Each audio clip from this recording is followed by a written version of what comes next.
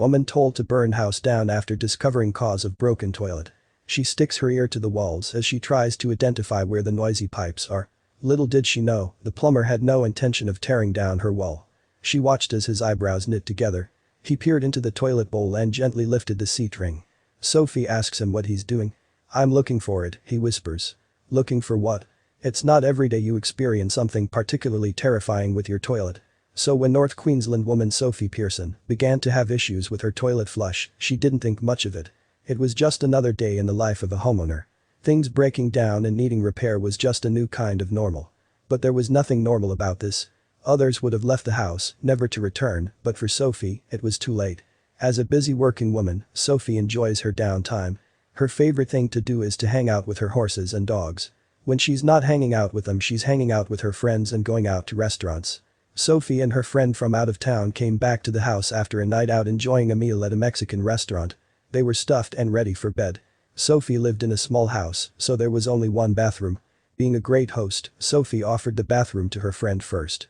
She'd wait until after he was done.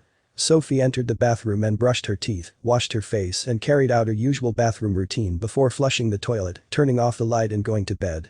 But there was a problem. "I went to the toilet and then I went to flush it and I really had to push down on the button to get it to work, so I was a bit confused," Pearson said.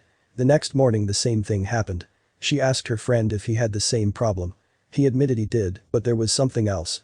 He mentioned casually that he thought he heard a strange noise, but he wasn't sure. It was probably just the heavy wind last night, he mused. She walked him to the door as he left, leaving Sophie to take another look at the toilet by herself. She scratched her head as she tried to press the flusher again. It was working fine before this. Before her friend came over. She put some oil around the stiff flusher button and tried again. Still stiff.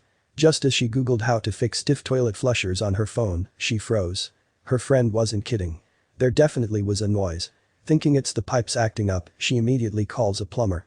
While she waits for him to arrive, she imagines the worst. The expensive repair job of burst pipes and walls. Will the plumber have to tear down her wall? She sticks her ear to the walls as she tries to identify where the pipes are. Little did she know, she wasn't listening out for a pipe. Finally, the plumber arrives.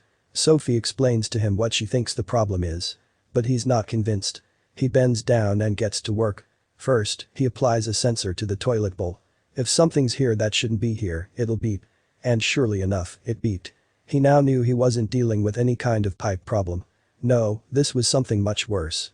Sophie watches as his eyebrows knit together.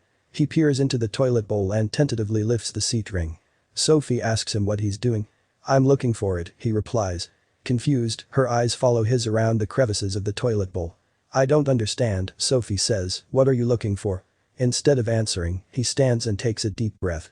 He bites his lip as his eyes focus intently on the toilet lid. Another noise. "That's the noise," Sophie exclaims. "I think it's coming from the pipe in the walls." "That's no pipe," he says. He reaches out his hands and lifts the heavy lid. He places it down beside him. Sophie's eyes pop. Horrified, she jumps back and screams.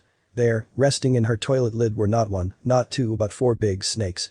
Sophie lives in an old house with a few floor cracks, so she believed they got in through there and found their way to the bathroom.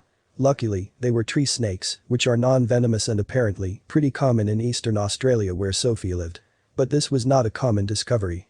Sophie posted her horrified broken toilet experience on her Facebook, and people were equally as horrified. One user advised her to burn down her house while another commented, "I squeal when ants come pouring out after building a nest in our downstairs toilet. I might actually pass out if I saw this." However, not everyone held the same view. A friend of Sophie commented, "Da so cute, if I were there I would want to make it my pet, but best to leave them be and let them in the wild. I have 12 snakes myself though." Sophie wasn't in favor of keeping them though. She wanted them gone. The plumber wrangled them out for her as she kept her distance. The snakes were later released back into the wild and live in a cane field nearby, unharmed. Thankfully, this wasn't a dangerous situation and everybody got away unscathed.